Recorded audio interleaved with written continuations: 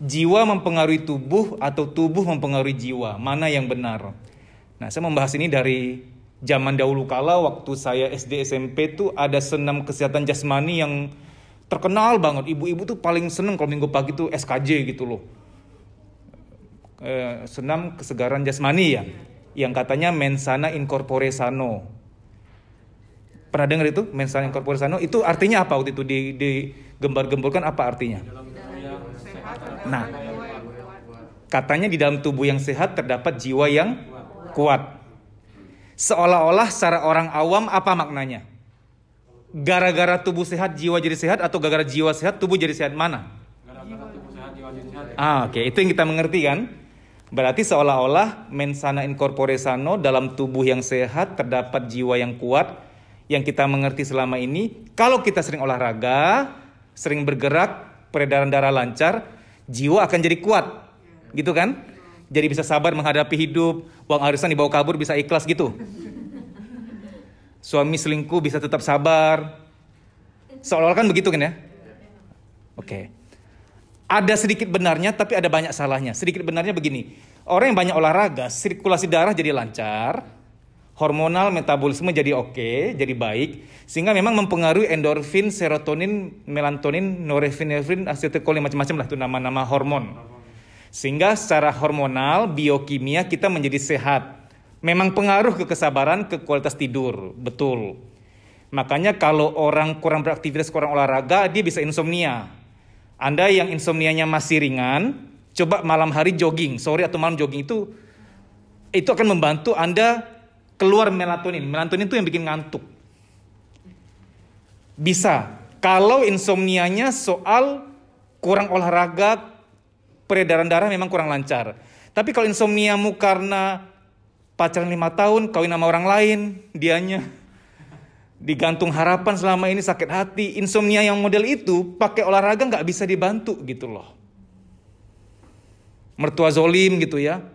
Anda mau olahraga keringin danau nggak bisa, tetap nggak bisa tidur. Jadi lihat insomnianya gara-gara apa dulu? Kurang olahraga kah? Nutrisi kurang kah? Memang ada nutrisi yang kaitannya untuk menjaga keseimbangan biokimia di otak. Oke.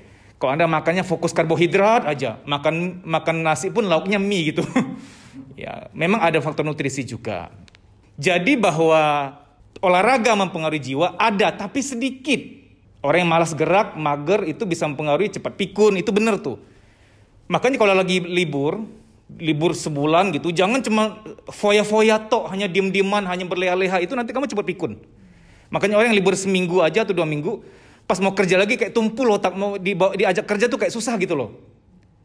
Karena diajak terlena terus. Nah, itu memang pengaruhi ke psikologis, tapi itu sebenarnya ke neurologis, ke otak bukan ke kejiwaan. Nah, sekarang yang benar adalah jiwa. Jadi namanya jiwa itu pikiran, perasaan dan alam bawah sadar. Definisikan dulu, banyak orang tuh salah ngomong. Ada yang berkata, "Aduh, pikiran dan jiwaku tertekan." Dia salah ngomong. Ini sama seperti salah kaprah, aku pengen makan timun sama lalapan, padahal timun itu lalapan, ngerti nggak? Aku pengen makan kemangi sama lalapan, kan kemangi itu lalapan. Jadi kalau kamu bilang pikiran itu jiwa, perasaan itu jiwa, alam bawah sadar itu jiwa. Tiga komponen ini membentuk band musik namanya jiwa gitu loh. Jadi kalau kita bilang jiwa, ada 3 membernya, ada 3 bagiannya. Jadi kalau ada yang bilang berkata bahwa perasaan dan batinku terluka, loh kan dua hal yang sama itu.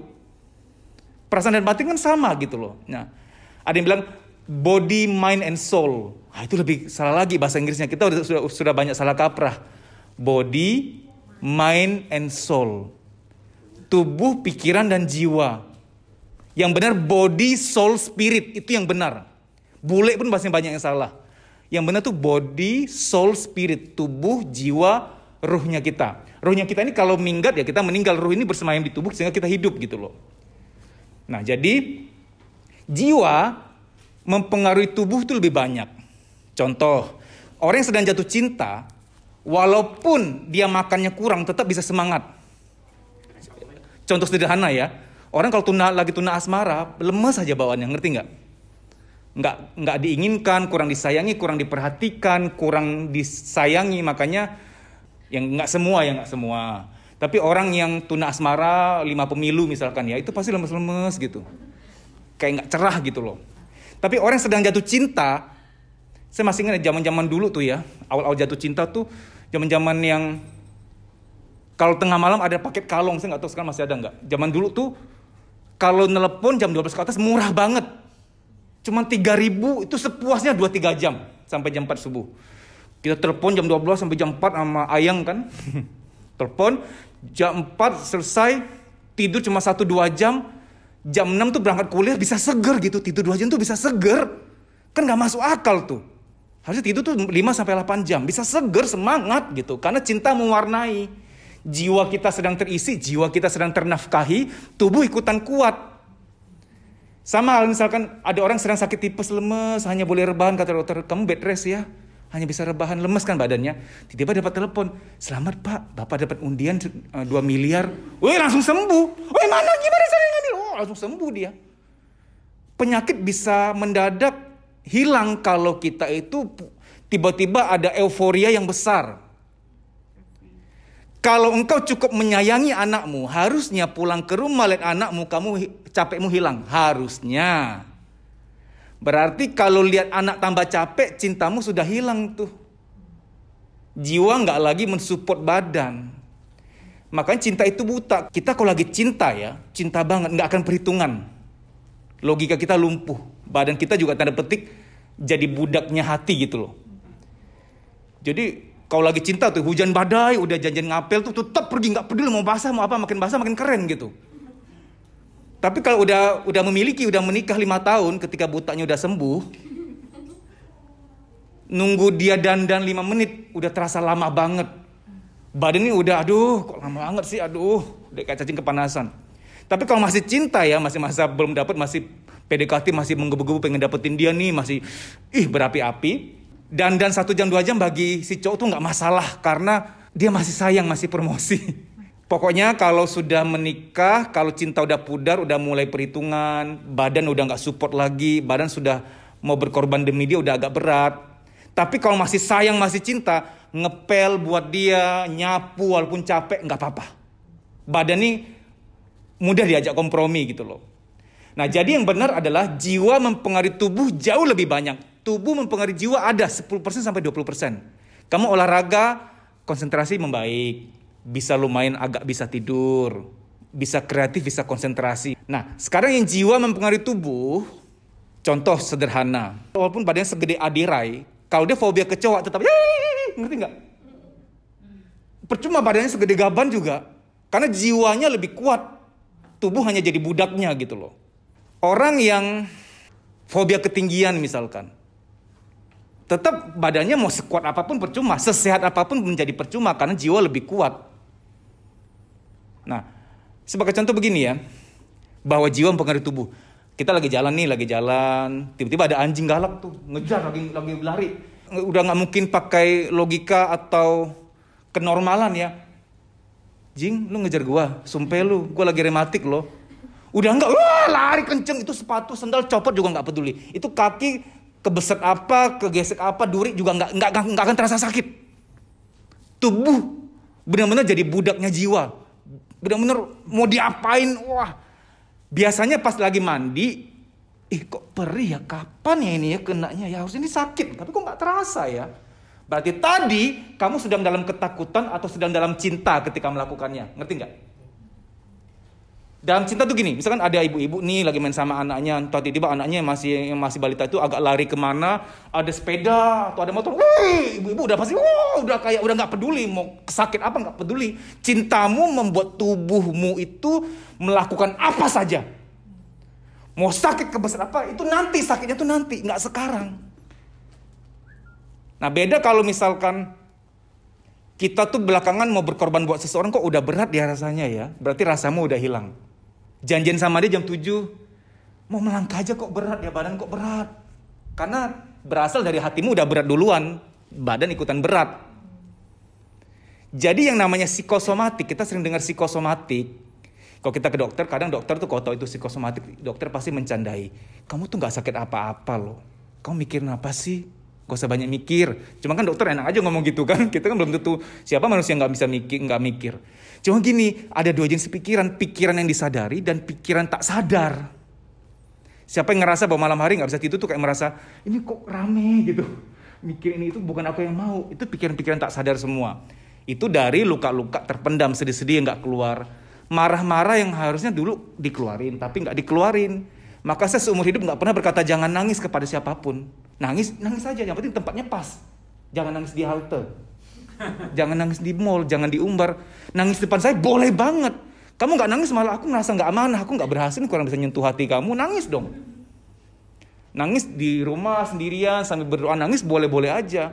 Kita banyak salah doktrin ya, laki-laki gak boleh nangis. Alhasil banyak laki-laki tumbuh jadi pria-pria yang kasar sama keluarga. Karena banyak tangisan gak keluar. Mendem penuh, konversinya ke agresi, ke kemarahan. Nah sekarang saya fokus kepada ilmu psikosomatik. Psiko itu jiwa, soma itu badan. Psikosomatik itu psiko, jiwa, soma itu badan. Soma itu bahasa Yunani, badan. Psikosomatik artinya jiwa kalau udah penuh, dia akan pindahin dikit ke badan. Jiwa kalau titik gempanya udah besar, dia ikut menggetarkan badan. Tubuh sering mendapat titipan getaran dari jiwa. Nah banyak orang salah sangka, sering pusing gua nih kurang belanja kali, kurang jalan-jalan kali, kurang traveling, kurang kulineran kali. Nah itu dia salah sangka tuh, padahal yang harus ditreatment jiwanya. Nah badan sering mendapat titipan beban dari jiwa. Kayak jiwa tuh ngomong gini loh, badan gua udah kepenuhan, titip 20 GB dong, titiplah di kepala. Nah, masing-masing kita harus mengidentifikasi kita tuh titipan bebannya di mana ya. Masing-masing orang beda. Ada orang tuh psikosomatik jalurnya di kepala.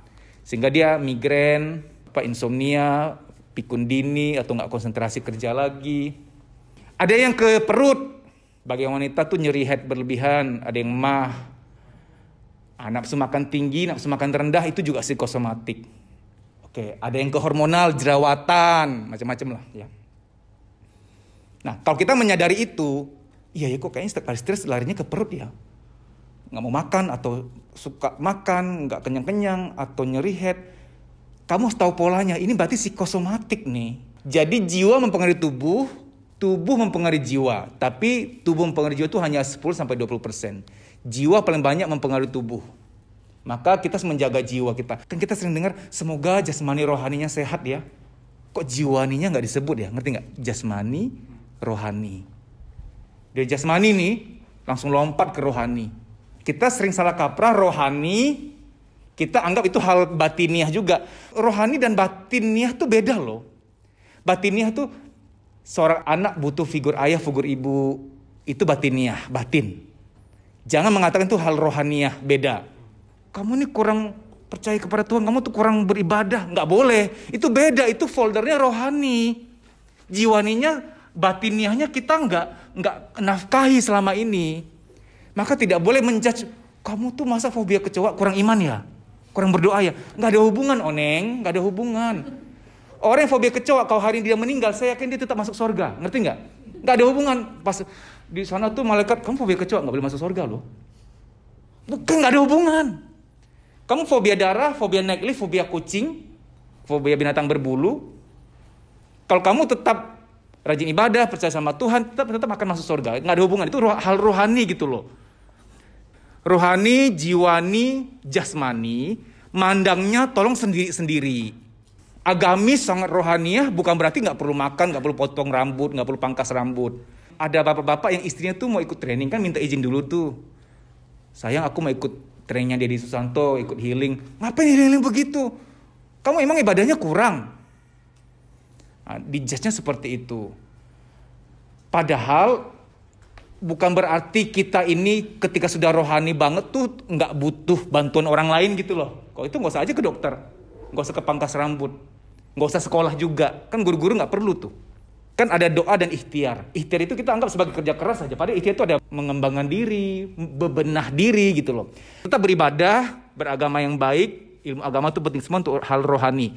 Tapi jiwa ini loh, belakangan kok aku mumet ya, perlu jeda deh. Itu pikiran, itu makanannya pikiran. Pikiran tuh nafkahnya adalah Jeda, jangan mikir terus, pikiranmu lama-lama lobet. Perasaan makanannya apa? Dihargai, diinginkan, diapresiasi. Berhubung kita nggak mungkin ngarep orang apresiasi kita, maka perlu dan sah-sah saja kita pas lagi sendiri nih menghargai diri kita sendiri. Hai diriku, kamu tuh hebat loh.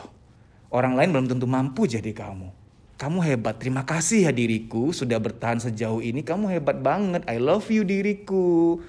Coba ingat prestasi kamu yang dulu. Kamu hebat, keren banget bisa mencapai itu. Terima kasih ya, aku bangga sama kamu. Begini-begini kan kita anggap, ngapain sih sekte apa itu? Sesat gitu. Padahal itu makanan batiniah kita. Kenapa sampai ngomong ke diri sendiri? Berharap dari orang lain, sampai bekicot sunat gak sampai nyampe, ngerti gak? Sampai lembaran monyet. Jangan berharap dari orang lain, menghargai diri sendiri itu lebih penting. Alam bawah sadar makanannya apa? Alam bawah sadar tuh makanannya sederhana.